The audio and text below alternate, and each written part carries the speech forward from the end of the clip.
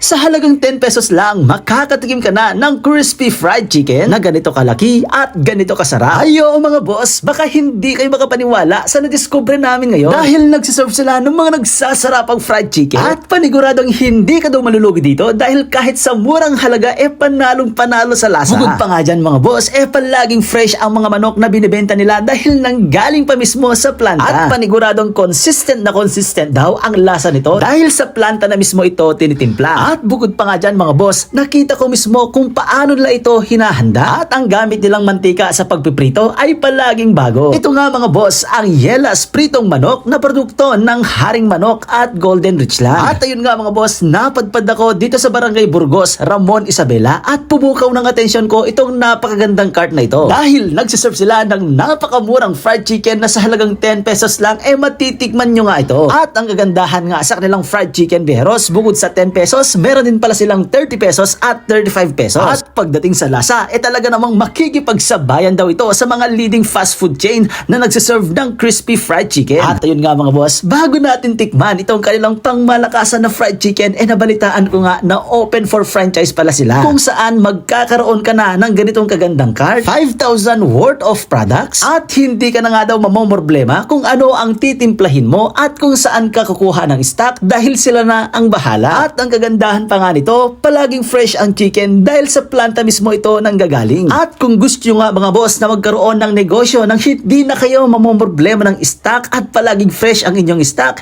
PM nyo na lang ako para sa karagdagan pang detalye. Ano pang hinihintay natin mga boss? Tikiman time na. At ang una kong tinikman mga boss, itong kanilang fried chicken na sa halagang 10 pesos lang, ganito na nga ito kalaki. Pagdating naman sa crispiness, i-rate ko to ng 10 out of 10. Actually, no joke, talagang napaka-crispy outside. At pagkagat mo naman, napaka-juicy inside. Talaga naman kaya nilang makipagsabayan sa mga leading fast food chain dito sa atin sa Pilipinas. Nakakapagtaka nga lang kasi 10 pesos lang ito, worth it na worth it, panalong panalo sa lasa. Sumunod naman na tinikman ko ang kanilang wing part at ganito na ito kalaki sa halagang 30 pesos lang. Sa totoo lang, parehas silang crispy outside at juicy inside. Ang pinagkaiba lang ay parte ng mga manok. At ito naman ang kanilang 35 pesos na leg part. Katamtaman lang din ang laki nito. At ang kanilang signature na 35 pesos, ganito na ito kalaki. Ayun nga mga boss, kaya nga napaka-juicy inside at malinamnam talaga at crispy outside dahil fresh na fresh nga ang gamit nilang manok dito. At yan ay produkto ng Haring Manok at Golden Richland. Kaya nga kung magnenegosyo ka ng ganito, paniguradong papatok dahil sa consistency ng lasa nito at crispiness nito. Kaya paniguradong mabilis lang ang ROI nito. Kaya kung interested ka na magkaroon din ng small business nito, huwag kayong mahiyang mag-PM sa akin mga boss dahil ako mismo ang mag-a-assist sa inyo. Yun lang biyaros. Maraming